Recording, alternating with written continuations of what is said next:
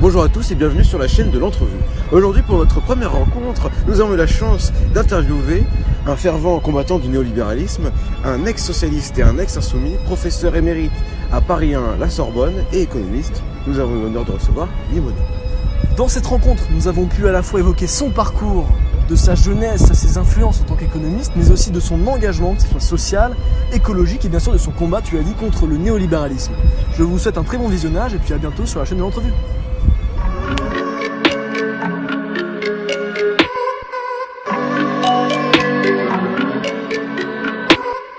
Bonjour Lim.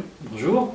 Alors pour commencer, j'aimerais savoir comment arriver en France après 4 ans de vie au Vietnam influence-t-il la vie d'un jeune garçon? Ah bah déjà, on m'a pas dit qu'on partait définitivement quand on est parti. Ma mère nous a amenés à l'aéroport sans rien nous dire. Et mon père nous a rejoints ensuite aux Philippines. On était au Vietnam, ma mère a organisé le départ en catastrophe et mon père était parti en colloque à l'étranger parce qu'il était chercheur en médecine et il donnait rendez-vous aux Philippines. Okay. Et donc c'est là où je retrouve mon père et je lui dis papa on rentre et mon père me dit non on rentre pas. Bon, voilà. C'est comme ça que on s'est retrouvé ensuite en France dans un pays où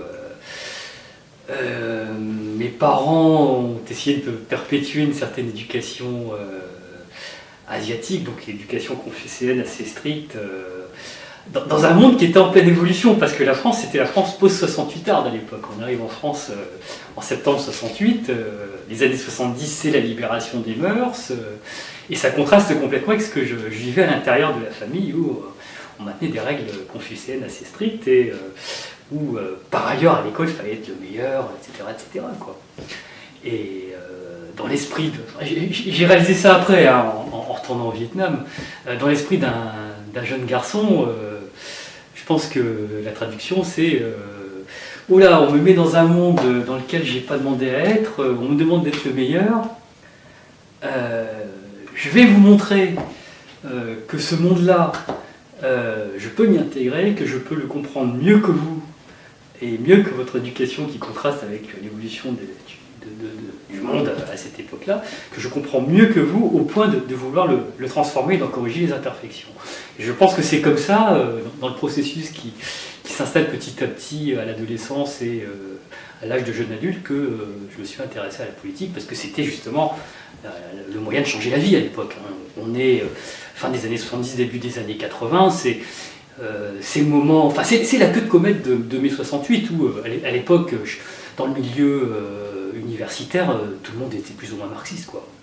Okay. Et donc naturellement changer la vie ça passait par la politique. Et comment vous vous êtes retrouvé en pleine adolescence justement dans une campagne présidentielle comme ça? Avant de faire de la politique je faisais du foot. Je voulais en faire un métier, j'étais dans les sélections régionales de jeunes. J'étais dans un sport-études qui était à l'époque l'embryon des centres de formation qui n'existait pas dans une ville comme Amiens où j'étais. Et bon, le foot c'était trop dur. Et j'arrête à 17 ans. Et là je commence à m'intéresser à autre chose. Et à la porte du lycée, vous avez toutes les organisations de gauche qui traitent à l'époque. Tout le monde faisait de la politique à l'époque. Les 70 c'était des années hyper politiques. Donc, forcément, je discute avec tout le monde, je m'ouvre à plein de choses que je connaissais pas auparavant. Et à l'époque, les gens de l'UNEF tentaient de monter des syndicats dans les lycées. Donc moi j'ai monté un syndicat lycéen dans mon lycée, c'était à la cité scolaire à Amiens, la cité scolaire, pour savoir ce que c'est le gros lycée laïque de la région. Et à côté, c'était la Providence, où il y avait, quelques années plus tard, c'est des gens comme Macron qui font leurs études, quoi. Hein. Donc vous aviez le gros lycée laïque très politisé, puis à côté le lycée de jésuites où il y avait la haute bourgeoisie amiénoise qui allait, quoi. Bon, moi j'étais un gros lycée laïque où tout le monde, les gens normaux faisaient de la politique, quoi. Bon. Et donc moi je monte le syndicat lycéen. Je mets le bahut en grève parce qu'à l'époque il manquait 5 profs à la rentrée, donc, et c'est un peu comme ça que je commence à être connu localement dans le champ des réseaux associatifs, etc. Et alors, comme j'étais, je faisais un peu l'école buissonnière pour distribuer les tracts. Bon, mes parents m'avaient imposé des cours particuliers, notamment des cours de français et d'allemand quand j'étais au lycée.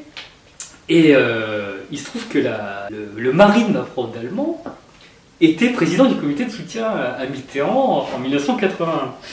Il s'appelle Roland Pérez, il était par ailleurs président de l'université de Picardie à l'époque, professeur de gestion éminemment reconnu. Et il dit à mes parents, l'inscrivez pas en médecine, il faut qu'il fasse de l'économie, je le connais, ça va répondre à ses questions. Et là, ça a été une révélation. Ils m'ont inscrit en Sciences Éco, et là, alors que je séchais les cours quand j'étais au lycée, là, je buvais les cours de fac qui étaient faits par des profs qui étaient encore des profs hétérodoxes à la fac d'Amiens. Hein. C'était, à l'époque, à la fac d'Amiens, il y avait des gens comme Avietta, Bocara, Palois, Morisson, bref, c'était les régulationnistes, les keynésiens circuitistes, etc. On voit la pensée keynésienne qui perd un petit peu d'influence au profit du thèse néolibérale orthodoxe. Est-ce qu'il y a des leçons à tirer de cet échec qui est relatif? C'est pas un échec. C'est pas un échec. Moi, je suis un des seuls dans ce pays qui dit que c'était pas un échec. Hein, parce que les autres ont tellement intériorisé la pensée unique que vous avez plein d'économistes dits de gauche qui vous expliqueront qu'on ne pouvait pas faire autrement que de faire le tournant de la rigueur. Hein, moi, c'est ce qu'on m'a expliqué quand j'étais étudiant. Alors que quand vous vous repenchez sur cette période-là, l'expérience marchait très bien. Le monde entier à l'époque était en récession. Notamment parce que les États-Unis et le Royaume-Uni ont entrepris le tournant libéral. Et 82, c'est l'année où la production industrielle s'effondre aux États-Unis et où le Royaume-Uni subit l'une des plus sévères récessions. Dans ce climat-là, la France pratique sa politique de relance. On appelait ça une politique de relance à l'époque, mais ça allait bien au-delà de ça. C'est le parachèvement du programme du Conseil national de la résistance. Si vous prenez les fondamentaux macroéconomiques, croissance, on fait 2,2% en 82, alors que les autres pays sont à moins de 0. Consommation, c'est dynamique. Plus 2, investissement, c'est dynamique aussi. Donc, sur le plan de la croissance, ça fonctionne. Et contrairement à ce qu'on a raconté, les capacités de production ne sont pas complètement saturées. Si vous regardez les taux d'utilisation des capacités de production, il est à son taux normal. Il est grosso modo à son taux normal. Bon. Donc, alors, on avait un petit problème du côté de l'inflation, mais l'inflation n'a pas explosé. Malgré la hausse des salaires, malgré la hausse des prix du pétrole, l'inflation était de 14% certes, mais elle n'était pas à 20%. Elle s'est stabilisée. Le seul point noir, c'était quoi? C'était le déficit du commerce extérieur. Avec un fort poste qui était la facture pétrolière, parce qu'on a eu 2 chocs pétroliers. Grosse facture pétrolière, qui explique en grande partie le déficit. Deuxième facteur, le monde entier est en récession, donc les débouchés pour les productions françaises se ferment. Et puis troisième facteur, on est dépendant de l'Allemagne notamment en matière de biens d'équipement. Surtout que la politique du gouvernement précédent avait été de recentrer les entreprises stratégiques sur les créneaux les plus rentables en externalisant un certain nombre d'activités. Donc on appelait ça la politique des créneaux et on avait commencé à démanteler les filières de production. Donc on était un peu dépendant de l'étranger sur un certain nombre de productions. Ça expliquait le déficit du commerce extérieur, qui devait à long terme être résorbé par la politique industrielle reconstituant les filières. Et ensuite, si vous prenez les autres facteurs, la facture pétrolière, bon, à l'époque c'était le tout pétrole, mais si on avait réfléchi à l'époque à la sortie du tout pétrole, on n'était pas dépendant des énergies fossiles et de l'envolée des prix. Et on ne le saurait plus. Aujourd'hui, on se pose d'ailleurs le problème de sortir des énergies fossiles. On aurait pu se le poser dès cette époque. Et vous aviez des écologistes comme René Dumont à l'époque qui avaient commencé à tirer le signal d'alarme. Donc, il y avait des réflexions intermédiaires qu'on aurait pu engager. Quant au reste du déficit, à court terme, on aurait pu l'ajuster. Comment on faisait à l'époque quand il y avait un déficit commercial? Ben, on ajustait le taux de change. On dévaluait. Dans les fourchettes de change requises, dans les fourchettes de fluctuation requises. On ne l'a pas fait en France. Le franc était au plus bas de sa fourchette. Donc, qu'est-ce qu'on a fait? On a commencé à soutenir le franc pour qu'il respecte les accords internationaux en utilisant les réserves de change, c'est-à-dire en échangeant les devises contre des francs pour que le franc ne s'effondre pas. À un moment donné, il n'y a plus de réserve de change.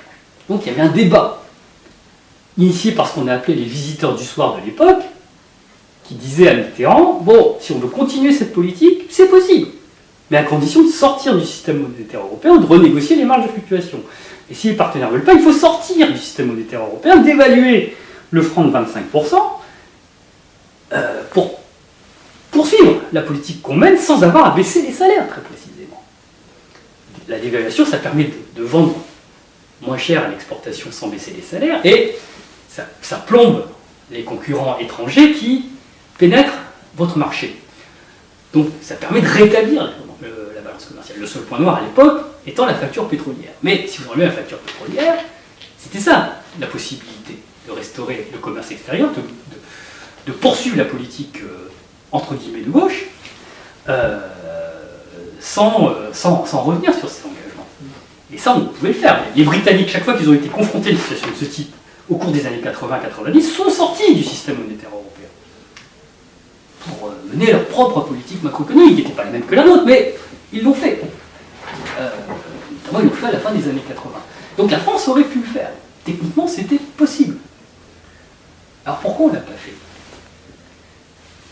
On ne l'a pas fait parce qu'aux finances, nous avions Jacques Delors, ministre des Finances, qui avait en tête le projet du marché unique et de la monnaie unique. On voudrait savoir comment on peut adapter le keynésianisme qui repose finalement sur un modèle de consommation de masse dans un monde où l'écologie doit prendre une part de plus en plus importante. C'est un sujet important. À l'époque, Keynes disait que pour arriver au plein emploi, on pouvait payer des gens à creuser des trous pour enterrer des bouteilles, et puis à recreuser les mêmes trous pour déterrer les bouteilles. Donc ça crée des emplois. Donc bref, vous pouvez arriver au plein emploi avec des projets complètement inutiles. Hein. Des projets polluants par ailleurs. Vous voyez, un point de croissance, ça peut être des centrales nucléaires, des canons, des voitures qui polluent, tout comme ça peut être des bicyclettes, des voitures électriques, des éoliennes, des entreprises photovoltaïques, des écoles, des crèches, etc. quoi. Donc, si vous voulez, Keynes n'aborde pas du tout l'aspect qualitatif. Aujourd'hui, on peut parfaitement être keynésien en abordant les aspects qualitatifs, en disant oui, il y a un vrai sujet qui est l'orientation qualitative de l'investissement. Le sous-investissement, c'est un problème, mais c'est pas parce qu'on arrête d'investir qu'on aura fait la transition écologique. Si vous voulez faire la transition écologique aujourd'hui, il faut l'organiser, il faut investir dans les industries qui produiront de l'énergie renouvelable, il faut mettre sur pied les réseaux de distribution, etc. etc. C'est de la croissance, ça. De la même façon, si vous créez des postes dans les urgences, c'est de la croissance. Mais c'est de la bonne croissance. 80% de la croissance aujourd'hui, c'est l'immatériel. C'est justement santé, culture, éducation. On peut faire de la bonne croissance. Et faire du plein emploi avec de la bonne croissance. Et tout le défi, c'est ça. Le prochain colloque du réseau des économistes européens qui réfléchissent sur une politique alternative qui se réunit tous les ans est consacré très précisément au Green New Deal. Comme quoi aujourd'hui, la réflexion des économistes, c'est pas la décroissance. Ça, c'est le grand public ou les sociologues qui ne connaissent pas l'économie qui mettent ça sur le tapis. Mais c'est parce que vous décroissez que vous ne polluez pas. Aujourd'hui, on a des taux de croissance moyen inférieur à 1,5%, alors que pendant les 30 glorieuses, on avait du 4%, et on a des taux d'émission de CO2 qui explosent.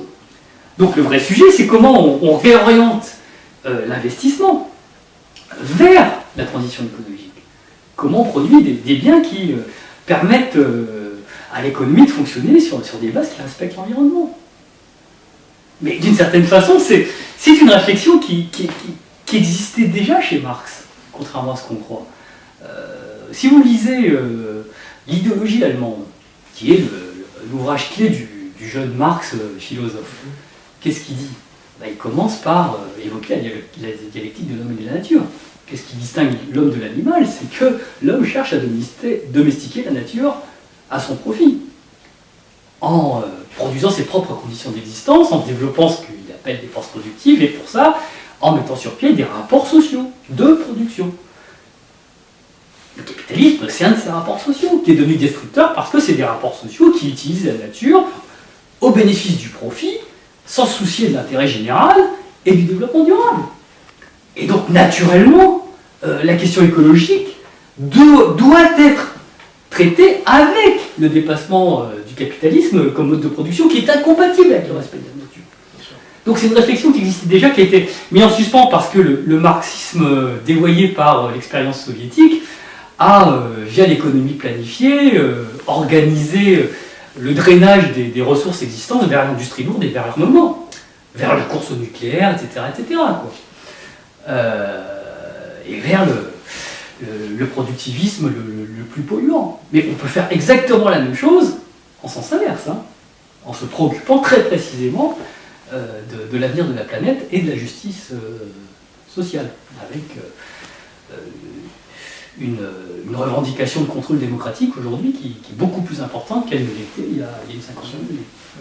Du coup, vous parlez d'un système qui prospère malgré des preuves concrètes de son inefficacité. Donc, une des manières que vous avez choisies pour lutter, c'est donc la transmission du savoir. Donc, vous êtes prof en université. Dans quel état est le savoir et la transmission économique actuelle? C'est-à-dire, est-ce que par exemple le courant de pensée dominant brouille la réelle recherche scientifique économique?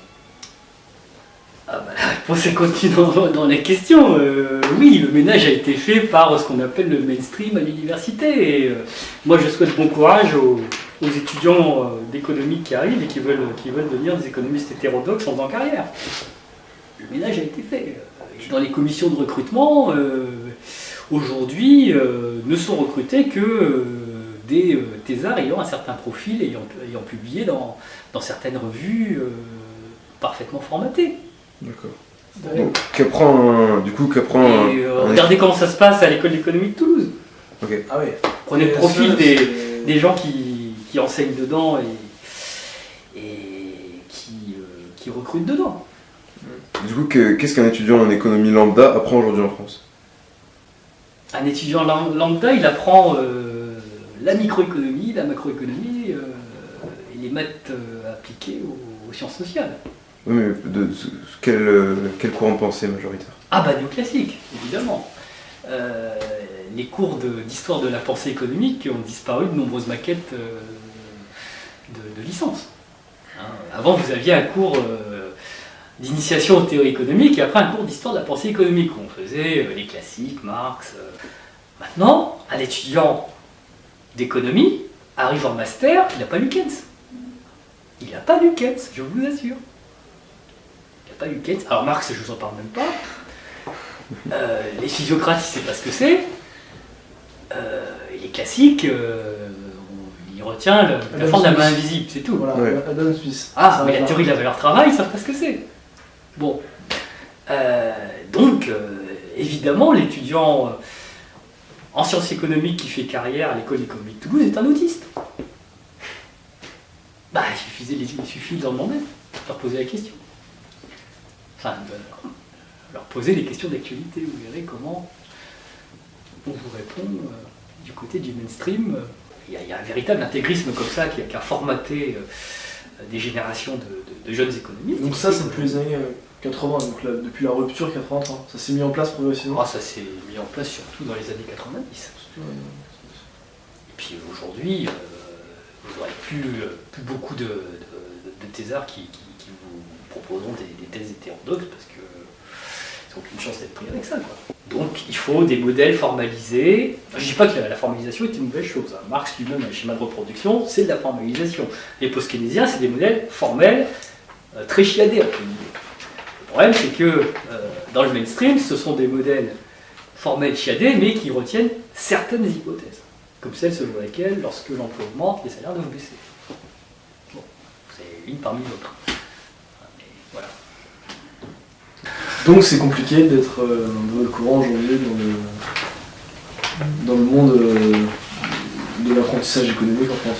Aujourd'hui, il vaut mieux faire Sciences Po et puis suivre des cours d'économie en auditeur libre ou s'y intéresser à ses heures perdues, quitte à en faire sérieusement pour avoir la bonne culture, mais surtout pas les rentrer avec des sciences éco, quoi. D'accord. L'économie, c'est politique, donc il moi.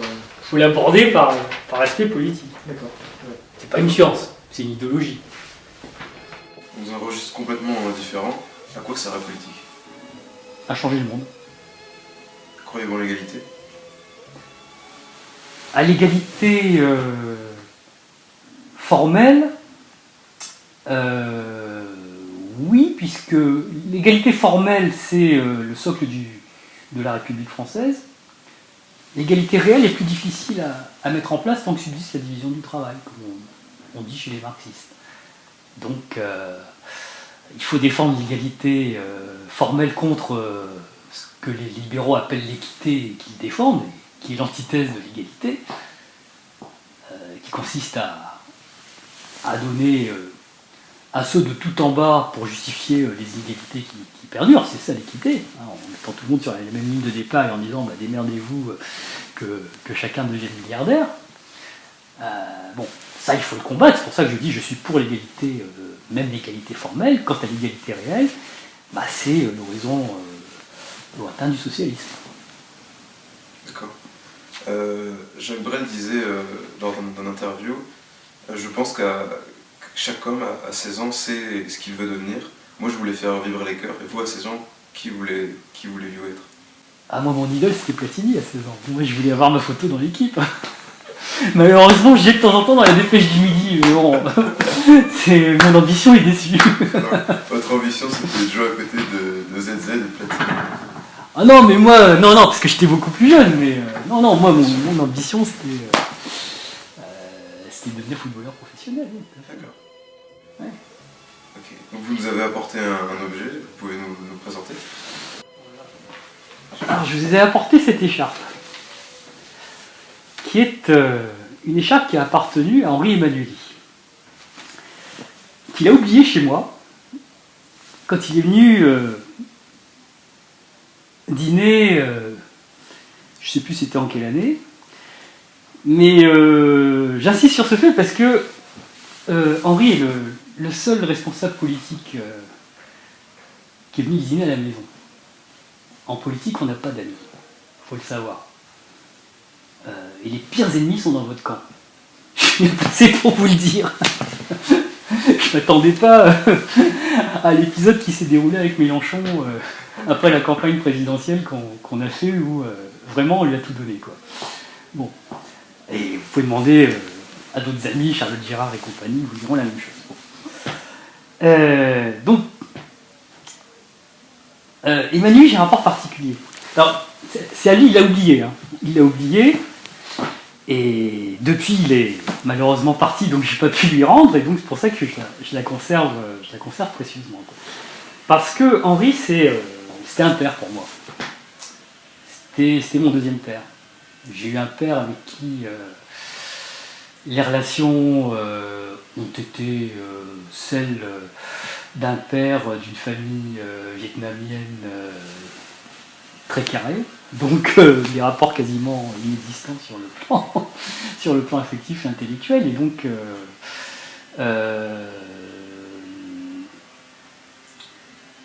c'est vraiment avec Emmanuel que j'ai eu des rapports père-fils, quoi. Vraiment. Et c'est d'autant plus drôle que normalement dans le milieu politique, on se tutoie. Enfin, dans ce qu'on appelle le mouvement ouvrier, considérant que le PS est l'héritier, comme le PC, du mouvement ouvrier. Donc il y a une tradition dans les mouvements ouvriers, dans le mouvement syndical, etc., de se tutoyer, de s'appeler camarade. Bon. Et nous, on ne se tutoyait pas, on se vouvoyait. Il m'a jamais tutoyé, il a toujours vouvoyé. Comme Mitterrand le vouvoyait. Donc, il entretenait avec moi le même type de rapport que lui avait eu avec Mitterrand. Puis, c'est complètement marrant, mais ce vouvoiement est un vouvoiement affectif. C'est une marque de distinction, là où d'autres, ils les tutoient parce qu'ils estiment que la relation est plus commune. Un jour, un de ses collaborateurs, qui maintenant est à Toulouse, il s'appelle Christophe, il se reconnaîtra, il vient me voir, il me dit, mais t'as jamais pensé à te faire élire? Je dis, bah non, pourquoi? Moi j'ai mon boulot, je suis à la fac, je suis tranquille, je raconte ce que je veux, moi j'ai déjà assez d'emmerdement avec mes amis mandarins à la fac, voilà, chacun son rôle, quoi. Et c'est là qu'il me dit, mais tu te rends pas compte, si tu avais un mandat, ta parole porterait beaucoup plus. Parce que tu aurais la légitimité du suffrage universel. Et cette phrase, la légitimité du suffrage universel, c'est celle que répète sans arrêt Emmanuel. Quand il a eu ses ennuis pour l'affaire Lurba, je rappelle, c'était pas pour enrichissement personnel, c'était pour financer le PS à l'époque où il n'y avait pas de loi de financement, donc il n'y a pas un centime qui atterrit dans sa poche. Bon, quand il est revenu, sa phrase leitmotiv, c'était le suffrage universel me lavera. Et effectivement, il était lavé par le suffrage universel, sa plus grande revanche, c'est d'avoir été réélu. Alors, pourquoi je vous dis ça? Je vous dis ça parce que le Christophe en question, il me dit, si tu veux, réfléchis, si tu veux te faire élire, tu vas voir Henri, et tu lui dis une phrase. Henri, je crois que j'ai besoin de l'onction du suffrage universel pour t'aider. Et je pense que c'est grâce à une phrase de ce type, je ne sais plus exactement celle que je lui ai dite parce qu'il y avait l'émotion en plus, qu'il s'est vraiment battu à l'époque, on est en 2008, pour que je sois investi sur les listes aux élections européennes. Et c'est grâce à lui que j'ai été député européen. Oui, tout simplement, quand je dis grâce à lui, c'est parce que le PS a tenu pendant des décennies, parce que, contrairement à ce qu'on croit, c'est un parti qui fonctionne à la proportionnelle des courants. C'est-à-dire que vous avez, quand les gens ne sont pas d'accord des textes d'orientation, qui se comptent à partir du vote des militants, et en fonction du score réalisé, les places dans les instances du parti et sur les listes aux élections sont réparties. Donc, sur les listes européennes, il y avait un quota pour la motion Emmanuel qui avait recueilli X% à l'époque. Donc c'est pour ça que je dis que grâce à Emmanuel, c'est pas grâce au fait du prince, c'est grâce au fait que le travail collectif qu'on avait mené, notamment au moment du référendum de 2005, lui avait permis d'avoir un certain poids dans le PS pour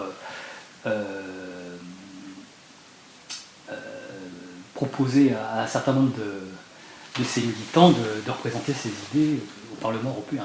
Donc c'est là que j'ai pu vivre cette expérience unique au Parlement européen, où j'ai eu la chance vraiment d'hériter de dossiers clés dans la Commission des affaires économiques et monétaires, dans laquelle à l'époque Catherine Trautmann et Pervenche Berès m'avaient aimablement demandé d'aller, compte tenu de mes centres d'intérêt.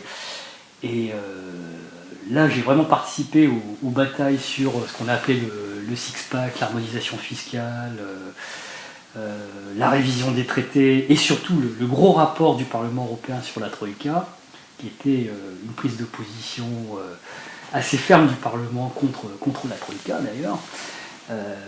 Donc on avait vraiment fait un travail important à ce moment-là, qui n'est pas connu parce que le travail des parlementaires européens est malheureusement trop connu.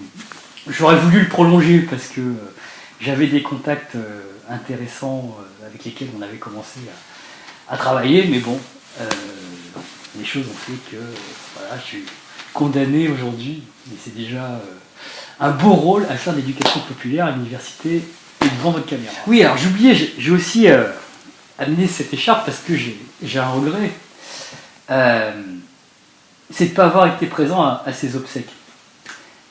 Et ces obsèques, c'était mi-février 2017, en pleine campagne électorale, où à l'époque, j'étais très impliqué dans la campagne de Jean-Luc Mélenchon et je m'étais engagé comme orateur national à tenir un meeting à La Ciotat, où il y avait beaucoup de monde. Hein. Un assez gros meeting. Et j'ai pas voulu décommander, parce que je me suis dit le PS va instrumentaliser les obsèques, et c'est ce qu'il a fait d'ailleurs, de façon tout à fait hypocrite, alors qu'ils lui ont craché à la figure pendant des années. Ils sont tous venus en grande pompe pour se refaire une image de gauche lors de ces obsèques. Et donc, bon, j'ai fait le choix politique de la loyauté vis-à-vis de la campagne Mélenchon. Vu comment les choses se passent aujourd'hui avec Mélenchon, j'ai quand même un petit regret, quoi. Voilà, j'ai pas pu lui dire une dernière fois au revoir devant les siens, et ses proches m'ont dit il manquait quelqu'un ce jour-là, quoi. Au revoir Henri.